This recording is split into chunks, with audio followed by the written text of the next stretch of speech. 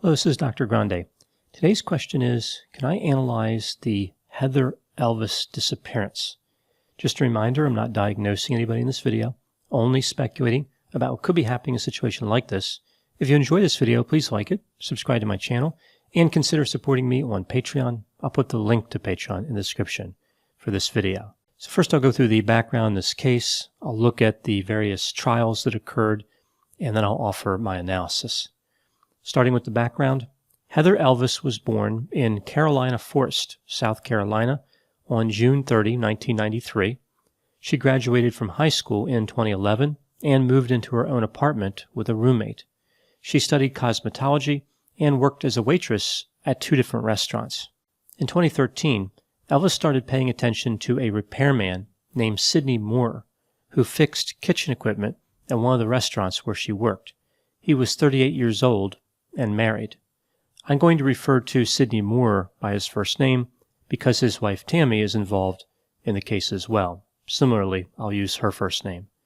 At some point not long after this, Elvis and Sidney connected romantically. Elvis indicated to friends that she did a bad thing with Sidney, and now she was going to continue that behavior. Elvis told her friends that Sidney was in an open marriage, so it was all okay. So we see kind of conflicting messages. She was saying that she did something bad, but she was also saying that it was all good because Sidney and Tammy had an agreement. It doesn't appear as though the relationship lasted too long. Elvis sent out a tweet that read, "Once upon a time an angel and a devil fell in love. It did not end well." It's not immediately clear from that who was the angel and who was the devil in her scenario. As I mentioned, Sidney was married. His wife was named Tammy. She was about 4 years older than him. She became enraged after discovering the affair. She made Sidney break up with Elvis on the phone as she listened. Evidently, Sidney was impolite in that conversation, suggesting that he didn't really care about Elvis. This made Elvis feel like a terrible person. Tammy also took a number of unusual measures, just to name a few. She made Sidney get a tattoo of her name on his stomach. She handcuffed him to the bed every night, although this was disputed later on in court. We see different explanations for why handcuffs were used on the bed. She set the password on his phone to something that only she knew. She went with him everywhere outside the home. He was not allowed to go anywhere alone. Tammy also took actions against Elvis. A few examples: sending Elvis messages of herself having sex with Sidney, threatening Elvis, telling Elvis that she was going to kill Sidney, calling one of the restaurants where Elvis worked and trying to get her fired. It appears as though Sidney resumed his communication with Elvis in the form of text messages and a few phone calls. He told Elvis the story about how his wife really didn't have anything against her because they had an affair, because Tammy was also having an affair. Rather, she was upset because Sidney deceived her. Sidney also told Elvis the relationship was over. As we move to December 2013, we see that Elvis found a new job at a beauty parlor, which was going to start not long before Christmas. She was excited about this change in employment. She gained quite a bit of weight and had concerns that she was pregnant with Sidney's child, even going so far as to take a pregnancy test, which reportedly returned the result error. This takes us to December 17, 2013. Elvis goes on a date with a new potential romantic interest named Stephen Schiraldi. They drove around looking at Christmas lights and went to a mall where he taught her how to drive his vehicle, which had a manual transmission. He dropped her off at her apartment the next morning on December 18 at 1:15 a.m. At 1:35 a.m., a call was placed to Elvis's phone from a payphone. The call connected and was 5 minutes in duration. At 1:44 a.m., Elvis called her roommate, who at that time was with her family in another state, and informed her that Sidney had called and he was saying he was going to leave his wife. He asked to meet with Elvis. The roommate told Elvis that meeting with Sidney was a bad idea. The phone call with the roommate only lasted about 2 minutes. It was the last time Elvis was heard from. 1 day later, on December 19, Elvis's motor vehicle was found about 8 miles away at a boat launch. The vehicle was locked and did not contain Elvis's phone, keys, or purse. She didn't show up for work, and she did not answer her phone. The man she went on a date with, Schiraldi, was cleared by the police right away, so they knew they were looking for some other suspect outside of him. The police were able to piece together some of what happened on the morning of December 18. Sidney was captured on security footage at a Walmart after 1 a.m. buying a pregnancy test and cigars. After this, we see video from a gas station that showed that it was in fact Sidney who made the call to Elvis from that payphone. There was quite a bit of activity on Elvis's phone over the next 2 hours after her phone call with the roommate. From her phone records, it appears as though Elvis called that payphone back 3 times. Then she drove to a nearby bar. She called the payphone 4 more times. There was no answer. She drove to a nearby neighborhood and then back to the bar, calling the payphone 2 more times. She then returned to her apartment. She called Sidney on his cell phone at 3:17 a.m. They talked for over 4 minutes. She then drove to the boat launch, where her vehicle was later found. No records are recorded on Elvis's phone after 3:42 a.m. Now, Sidney drove a Ford F-150. The police were able to identify his vehicle from video taken from private security cameras. It was going toward the boat launch at 3:36 a.m. and away from it at 3:45 a.m. Sidney started making claims to the police that people were harassing him, threatening him. He said that somebody shot his truck. Tammy made numerous social media posts claiming that the police were framing them and that Elvis was a stalker.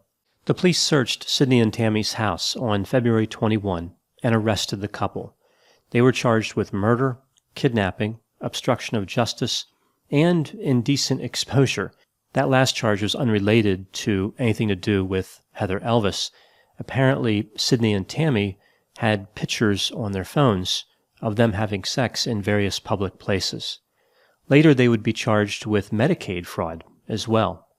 After being in jail for 11 months, the couple was released in 2015 when the prosecutors admitted to the court that they had no direct evidence connecting the couple to the disappearance of Elvis.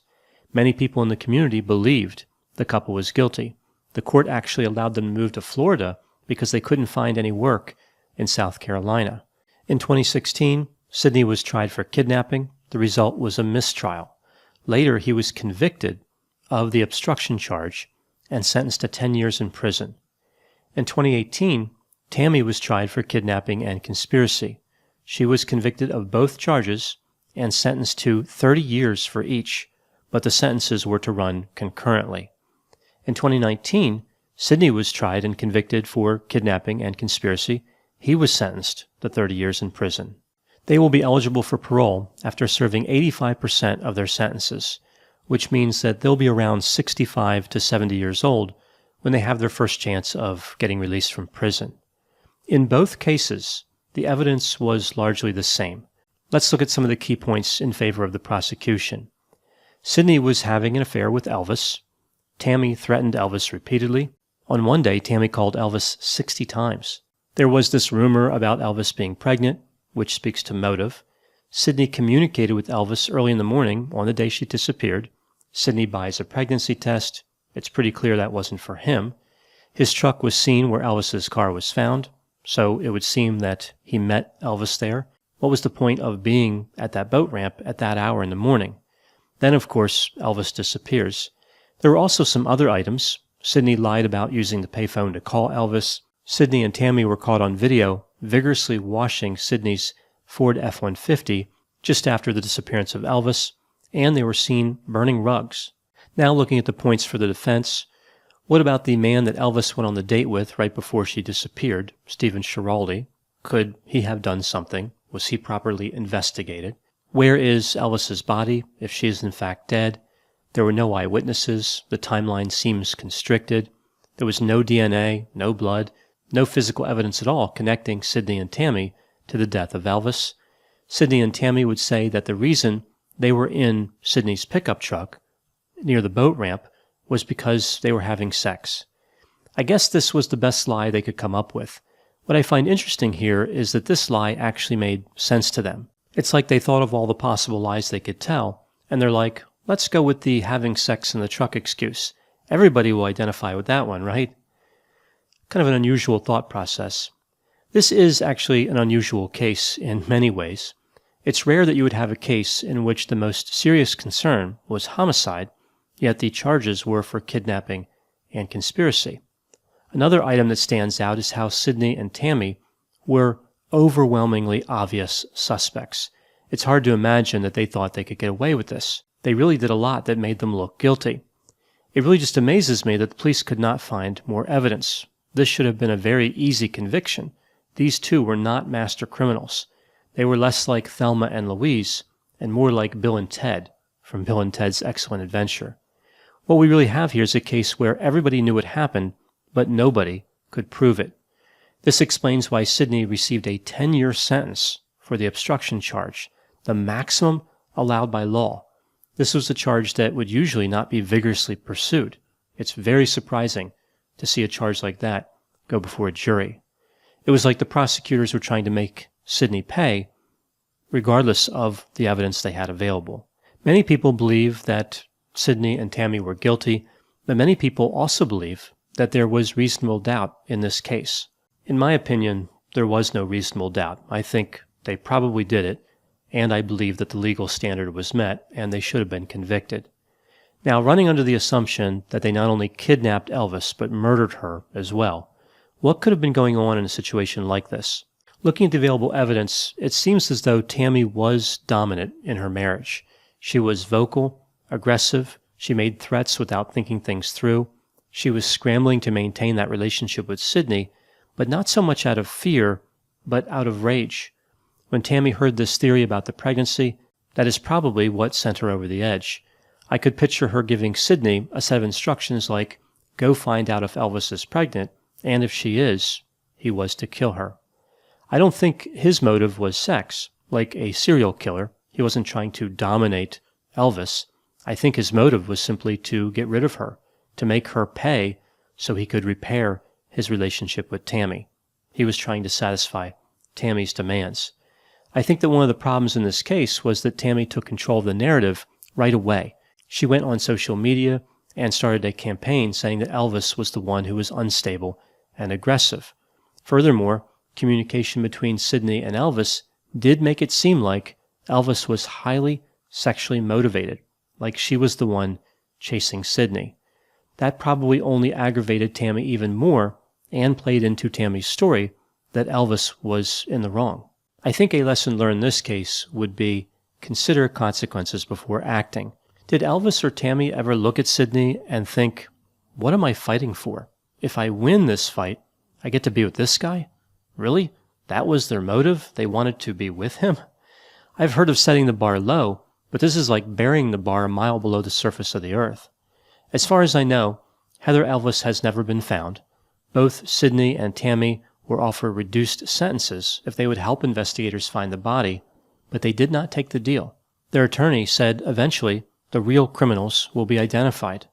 Maybe the couple will join forces with O.J. Simpson and Casey Anthony. Those are my thoughts on the Heather Elvis disappearance. Please put any opinions and thoughts in the comment section. They always generate an interesting dialogue. As always, I hope you found my analysis of this topic to be interesting. Thanks for watching.